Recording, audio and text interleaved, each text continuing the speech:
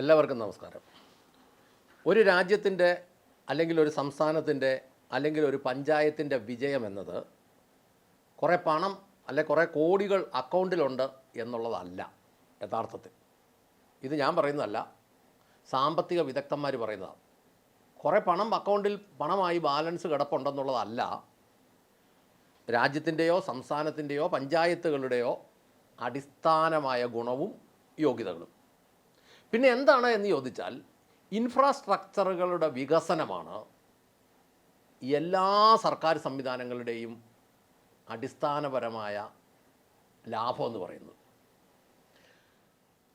ഒരു രാജ്യത്തിനെ സംബന്ധിച്ച് അല്ലെങ്കിൽ ഒരു സംസ്ഥാനത്തിനെ സംബന്ധിച്ച് എയർപോർട്ടുകൾ, തുറമുഖങ്ങൾ, റോഡുകൾ, പാലങ്ങൾ, റെയിൽവേ, ഡാമുകൾ, അങ്ങനെയുള്ള അടിസ്ഥാനപരമായ വികസനം, ഉന്നത വിദ്യാഭ്യാസ സ്ഥാപനങ്ങൾ അല്ലെങ്കിൽ നിലവാരമുള്ള വിദ്യാഭ്യാസ സ്ഥാപനങ്ങൾ, ഇങ്ങനെയുള്ള നല്ല ആരോഗ്യ സംവിധാനങ്ങൾ, ഇങ്ങനെയുള്ള കാര്യങ്ങളാണ്. ഇപ്പോൾ കേരള സംസ്ഥാനത്തെ സംബന്ധിച്ച് പറഞ്ഞ ഒരു കാര്യം പറയാം. കേരളത്തിൽ ലഭിക്കുന്ന സകല ഭക്ഷണ സാധനങ്ങൾക്കകത്തും വിഷാംശങ്ങളുണ്ട്. എന്ന് പറഞ്ഞാൽ അതിഭീകരമായി അടിക്കുന്ന വിഷങ്ങൾ. ഇപ്പോൾ കേരളത്തിലേക്ക് തന്നെ തമിഴ്നാട്ടിലും കർണാടകത്തിലും ഒക്കെ പച്ചക്കറി ഉണ്ടാക്കുന്നുണ്ട്. കൊടിയ വിഷങ്ങൾ കൊടിയ ഡോസിൽ അടിച്ചിട്ട്. അത് കേരളത്തിലെ ചെക്ക് പോസ്റ്റുകൾ കടന്നു വരുമ്പോൾ ഇവിടെ ചോദിക്കാൻ ഒറ്റ മനുഷ്യനില്ല. തമിഴ്നാട്ടിൽ ഈ അടുത്ത കാലത്ത് ഞാൻ ചെന്നപ്പോൾ അവർ പറയുക, ഈ കരിക്കിന് തെങ്ങിൻ്റെ ഒരു വേരെടുത്തിട്ട് ഇത്രയുള്ള ഒരു കുപ്പിക്കകത്ത് ഒരു കൊടിയ വിഷം ഒരു വേരയിലോട്ട് ഇങ്ങനെ പിടിപ്പിച്ച് വെക്കും. അന്നേരം എന്ത് സംഭവിക്കുമെന്ന് ചോദിച്ചു കഴിഞ്ഞാൽ, ആ വിഷം അങ്ങ് വലിക്കുന്നത് കൊണ്ട് ചെല്ലി, ഈ തെങ്ങ് കിഴിക്കുന്ന ചെല്ലി തെങ്ങിൻ്റെ അടുത്തൂടെ പോലും ചെല്ലുകയില്ല. ഈ തമിഴ്നാട്ടിലൊക്കെയുള്ള തെങ്ങ് കൃഷിക്ക് ചെല്ലി ആക്രമിക്കാത്തത് ഈ വിഷം വെച്ച് കൊടുക്കുന്നുണ്ടാണ്. ചെല്ലി പോലും അടുക്കുകയില്ലാത്തത്ര മാരക വിഷം. ചെല്ലിക്ക് ഇതിനകത്ത് വിഷം വെച്ചിട്ടുണ്ടെന്ന് അറിയാൻ സ്കാനിങ് യൂണിറ്റ് ഒന്നും ഇല്ലല്ലോ. അപ്പോൾ അത്രയും മാരകമായ വിഷം കുത്തിവെച്ച കരിക്കുകളാണ് ഈ കേരളത്തിലെ മാർക്കറ്റിലേക്ക് കൊണ്ടുവന്നിട്ട് വിൽക്കുന്നത്. ഇനി ഇവിടുത്തെ പൈനാപ്പിൾ ഭയങ്കരമായ ഹോർമോൺ അടിച്ചിട്ടാണ് ഇത് കൃഷി ചെയ്യുന്നത്. തമിഴ്നാട്ടിൽ അവിടെ വിൽക്കാൻ വേണ്ടി വിഷമില്ലാത്ത പച്ചക്കറിയും വിഷമില്ലാത്ത പഴങ്ങളും ഉണ്ട്. വലിയ വലിപ്പമുള്ളതൊന്നുമല്ല.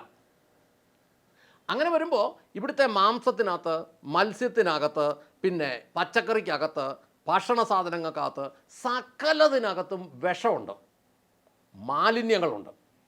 ഇതുകൊണ്ട് എന്താ സംഭവിക്കുന്നത്? ഇത് വാങ്ങിക്കഴിക്കുന്ന ഇവിടുത്തെ സാധാരണ ജനങ്ങൾക്ക് ക്യാൻസർ ഉൾപ്പെടെ താഴോട്ടുള്ള രോഗങ്ങൾ, വിവിധങ്ങളായ രോഗം വരും. ഈ രോഗങ്ങൾ വരുമ്പോൾ ആളുകൾ ഗവൺമെൻറ് ഹോസ്പിറ്റലുകളിലേക്ക് പോകും. സാധുക്കൾ ഗവൺമെൻറ് ഹോസ്പിറ്റലിലേക്ക് പോകും, ആക്കമുള്ളവർ വലിയ വലിയ ആശുപത്രിയിലേക്ക് പോകും. അവിടെ ചെല്ലുമ്പോൾ എന്നാ കാണിക്കും? ചില മരുന്ന് കഴിച്ചു കഴിഞ്ഞാൽ വേറെ രോഗങ്ങളുണ്ടാകും. ഈ വേദനാ സംഹാരികൾ മിക്കതും കഴിച്ചു കഴിഞ്ഞാൽ കിഡ്നിക്ക് പ്രശ്നം ഉണ്ടാകും. കിഡ്നി പോയാൽ ഡയാലിസിസ് കിട്ടും.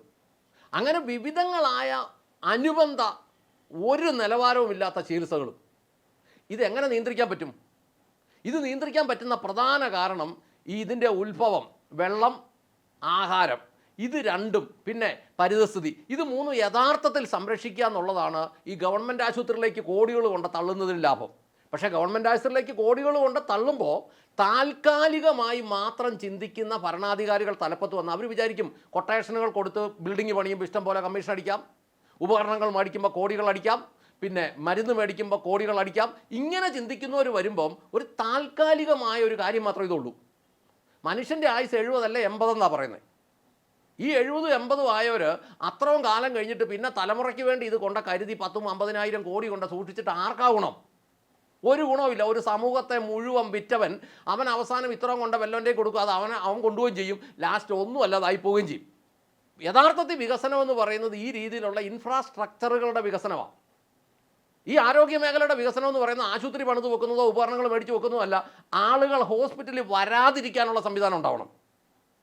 കേരളത്തിൽ ഏതാണ്ട് 98 ലക്ഷം ഏക്കർ സ്ഥലം ഉണ്ടെന്നാണ് പറയുന്നത്, ഭൂമി, ഈ കായലും എല്ലാം കൂടെ ഉൾപ്പെടെ.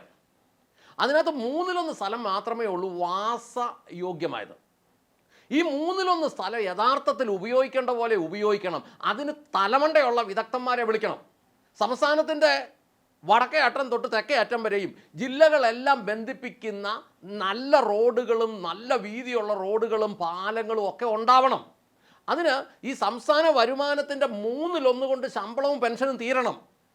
ഒറ്റയടിക്ക് അങ്ങനെ ആക്കാൻ പറ്റില്ലേലും കുറച്ച് കാലം കഴിയുമ്പോൾ തന്നെ അത് ചെയ്യാൻ പറ്റും, ഇപ്പം തൊട്ട് ശ്രമിച്ചാൽ. ഇതിപ്പോൾ എന്നാന്ന് ചോദിച്ചാൽ ഉദ്യോഗസ്ഥന്മാർക്ക് ഇപ്പം നിലവിൽ പലതും കൊടുക്കുന്നില്ലെന്നാണ് ഉദ്യോഗസ്ഥന്മാർ പറയുന്നത്. ദീർഘകാലം 2020 തൊട്ടങ്ങാണ്ട് DA കൊടുത്തിട്ടില്ലെന്നൊക്കെ പറയുന്നു, സത്യമാണെങ്കിൽ. അന്നേരം വേറൊരു കാര്യമുണ്ട്, ഇത് വന്നു കഴിയുമ്പം എവിടുന്നേലും പണം വന്നു കഴിയുമ്പം മുൻകാല പ്രാബല്യത്തോടെ ഉദ്യോഗസ്ഥന് എടുത്തു കൊടുക്കും. ഞാൻ ചോദിക്കുന്നത്, കർഷകൻ 2 കൊല്ലം മുമ്പ് ഒരു വാഴക്കൊല വിറ്റു, എന്നാൽ പൈസ വന്നപ്പോൾ സർക്കാർ ആ വാഴക്കൊലയ്ക്ക് മുൻകാല പ്രാബല്യത്തോടെ വില കൊടുക്കുമോ? ഇല്ല. അങ്ങനെ വരുമ്പോൾ സമൂഹത്തിലെ ഒരു വിഭാഗത്തിന് മാത്രമായിട്ട് ഇത് മുഴുവനൂടെ പോകുമ്പോൾ സംസ്ഥാനത്തിന് വികസിക്കാൻ പറ്റാതെ വരും. ഇപ്പോൾ 2013 മുതലെങ്ങാണ്ട് പുതിയൊരു പെൻഷൻ സമ്പ്രദായം വന്നിട്ടുണ്ട്. എന്ന് പറഞ്ഞു കഴിഞ്ഞാൽ ഉദ്യോഗസ്ഥൻ്റെ ശമ്പളത്തിൽ നിന്ന് മാസം 5000 പിടിക്കും, പിന്നെ സർക്കാർ ഒരു 5000 കൂടി ഇടും. അങ്ങനെ ഒരു 10000 രൂപ ഇട്ടിട്ട് മ്യൂച്വൽ ഫണ്ടുകളിൽ അത് നിക്ഷേപിക്കുകയും അത് അയാൾ പിരിയുമ്പോൾ ഒരു വലിയ തുകയായിട്ട് കിട്ടുകയും ചെയ്യും. അങ്ങനെയും കണ്ട 2013 മുതലൊരു സംവിധാനം. അപ്പോൾ പിരിയാൻ നേരം അയാൾക്ക് വലിയൊരു തുക കിട്ടുമെന്നാണ് പറയുന്നത്. ഞാൻ ഇതിൻ്റെ ഒരു കണക്ക് നോക്കിയപ്പം 5000 രൂപ വെച്ച് ഈ ഉദ്യോഗസ്ഥന്മാരുടെ കയ്യിൽ നിന്ന് ശമ്പളത്തിൽ നിന്ന് പിടിക്കുകയാണ്. 13 തൊട്ട് കയറിയോർക്കാം. സാധാരണഗതിയിൽ ഒരു 30 വയസ്സ് ആകുമ്പോഴേ ഒരുത്തിന് സർക്കാർ ജോലി കിട്ടുള്ളൂ. അപ്പോൾ 5000 രൂപ വെച്ച് പിടിക്കുകയാണെങ്കിൽ 12 മാസം കൊണ്ട് 60000 രൂപ കിട്ടും. 15 60. ഈ 60000 രൂപയും പിന്നെ ഈ സർക്കാർ ഇടുന്ന പൈസയും കൂടെ കൂട്ടുമ്പോൾ 1,20,000 രൂപ കിട്ടും. സാധാരണഗതിയിൽ ഒരു 25 വർഷം 26 വർഷം സർവീസ് ഉണ്ടെങ്കിൽ ഏതാണ്ട് ഒരു 32 ലക്ഷം രൂപയ്ക്ക് താഴെ ഈ സർക്കാർ ഇടുന്നതും ഇയാൾ ഇടുന്നതും കൂടെ ഉണ്ട്. ഇത് 26 വർഷം കൊണ്ടൊക്കെ, അല്ലെ 25-26 വർഷം, 56 വയസ്സാണ് പെൻഷൻ പ്രായമെങ്കിൽ ഒരു 30 വയസ്സിൽ കയറിയ ഒരു 25-26 വർഷം ഇയാൾക്ക് കിട്ടും. അത്രയും വർഷം കൊണ്ട് 32 ലക്ഷം രൂപ സർക്കാരിൻ്റെ ചെല്ലുമ്പോൾ ഈ പണം മ്യൂച്വൽ ഫണ്ടുകളിൽ ഇട്ടാൽ ഏതാണ്ട് ഒരു 2 കോടി രൂപയ്ക്ക് അടുത്ത് അന്നേക്ക് കിട്ടാം, ചിലപ്പോൾ അതിൽ കൂടുതൽ കിട്ടാം. പക്ഷേ ഒരു ചോദ്യം, ഇന്ന് ഈ പുതിയ പെൻഷൻ സമ്പ്രദായത്തിൽ ഉദ്യോഗസ്ഥൻ്റെ കയ്യിൽ നിന്ന് 5000 പിടിക്കും, സർക്കാർ ബാക്കി 5000 കൂടെ ഇട്ടിട്ട് ഈ 10000 കൊണ്ട് മ്യൂച്വൽ ഫണ്ടുകളിൽ ഇടുമോ? ഇനി അന്ന് പെൻഷൻ പറ്റുമ്പം ഇന്ന് ജീവിച്ചിരിക്കുന്ന ഈ സംവിധാനത്തിലുള്ളവനെല്ലാം ചത്തുകുത്തു പോകും, ഈ ഭരണതലപ്പത്തിരിക്കുന്നവനെല്ലാം ചത്തുകെട്ടു പോകും. അന്ന് പണം കിട്ടിയില്ലേ ആരോട് ചോദിക്കും? അപ്പം നമ്മൾ വിചാരിക്കും, നമ്മൾ മനസ്സിലാക്കുമ്പോൾ ഉദ്യോഗസ്ഥന്മാരിൽ 85% NGO-ക്കാരാണ്, അത് ഇടതുപക്ഷ സംഘടനകളാണ്. ഈ ഏറ്റവും കൂടുതൽ ഉദ്യോഗസ്ഥന്മാർക്ക് കൊടുക്കാമെന്നും പറഞ്ഞ് കളിപ്പിച്ചതും ഇടതുപക്ഷ ഗവൺമെൻറ്റുകളാണ്. അല്ലേ ഉദ്യോഗസ്ഥന്മാരോട് ചോദിക്കട്ടെ, പേപ്പറെ മാത്രമല്ലേ ഉള്ളൂ, തരാമെന്നല്ലേ പറഞ്ഞിട്ടുള്ളൂ? ഉദ്യോഗസ്ഥന്മാരെ ഏറ്റവും കൂടുതൽ കൊടുക്കാവ് എന്ന് പറഞ്ഞ് കളിപ്പിച്ച ഗവൺമെൻറ് ഏതാ? നിങ്ങൾ തന്നെ ആലോചിച്ചോ. ഏറ്റവും കൂടുതൽ കൊടുക്കാവെന്ന് പറഞ്ഞ് കളിപ്പിച്ച ഗവൺമെൻറ് ഏതാ? ഇപ്പം UDF ഗവൺമെൻറ്റാണ് ഭരിക്കുന്നതെങ്കിൽ സമരത്തിൻ്റെ പെരുമഴ ഉണ്ടായേനെ.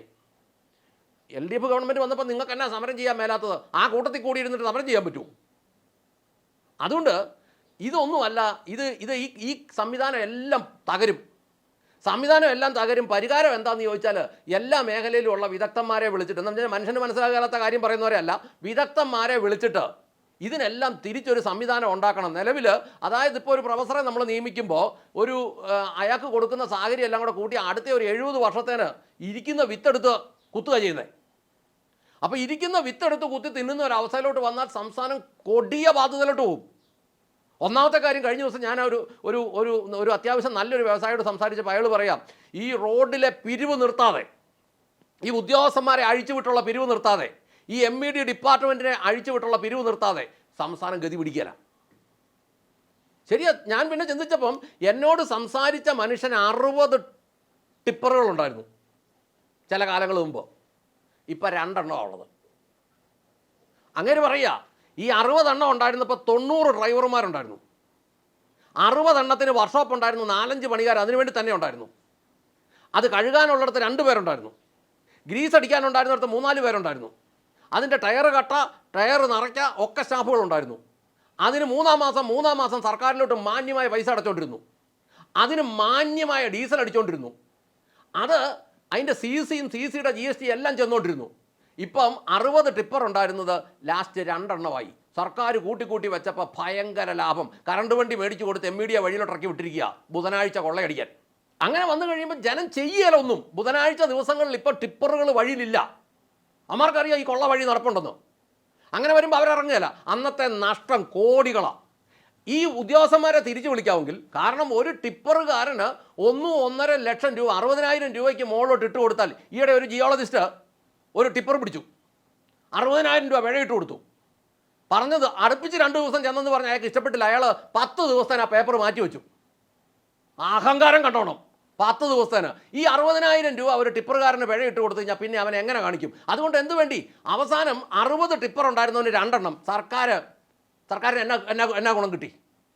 അപ്പോൾ ഇതുകൂട്ട് മണ്ടം പരിഷ്കാരങ്ങൾ കളഞ്ഞിട്ട് സംസ്ഥാനത്തിന് ഗതി പിടിക്കണമെങ്കിൽ അടുത്ത ഒരു 5 വർഷത്തേന് സംസ്ഥാനം ഈ ഉദ്യോഗസ്ഥന്മാരെ കയറിട്ടിട്ട് ഈ പ്രത്യേകിച്ച് ഈ മൈനിങ് ജിയോളജിയൊക്കെ 5 വർഷത്തേന് വേണ്ടെന്ന് വെക്കണം. കാണിക്കുന്ന അഴിമതിക്ക് ഒരു പഞ്ഞവും ഇല്ല. 1.5 കോടി രൂപയൊക്കെയാണ് പോയി മേടിക്കുന്നത്. ആ സൈസ് സംവിധാനത്തിന് എല്ലാം ഒരു 5 വർഷത്തേന് ഒന്നെങ്കിൽ പിരിച്ചു വിടണം. എന്നിട്ട് സകല മേഖല അഴിച്ചു വിട്ടാൽ മാത്രമേ ഈ കൊടിയ ദാരിദ്ര്യത്തിൽ നിന്ന് കയറാൻ പറ്റുള്ളൂ. അതുകൊണ്ട് ഒരിക്കൽ കൂടെ പറയട്ടെ, സംസ്ഥാന സർക്കാർ പണം ബാലൻസ് ഉണ്ടാക്കി വെക്കുക എന്നുള്ളതല്ല ചെയ്യേണ്ടത്. അനുദിന കാര്യങ്ങൾ വൃത്തിയായിട്ട് നടക്കണം. അപ്പോൾ തന്നെ സംസ്ഥാനത്തിന് ഇൻഫ്രാസ്ട്രക്ചർ മേഖലയിൽ ഭയങ്കരമായ വികസനം ഉണ്ടാകണം. അത് ഈ കൊല്ലം ചെയ്യുന്ന അടുത്ത കൊല്ലം പോകുന്ന രീതിയിലുള്ളതല്ല ചെയ്യേണ്ടത്. പഞ്ചായത്തുകളും അങ്ങനെ തന്നെ ചെയ്യണം. അങ്ങനെ ചെയ്യണമെന്ന് ഓർമ്മിപ്പിച്ചുകൊണ്ട് നിർത്തട്ടെ. നന്ദി, നമസ്കാരം.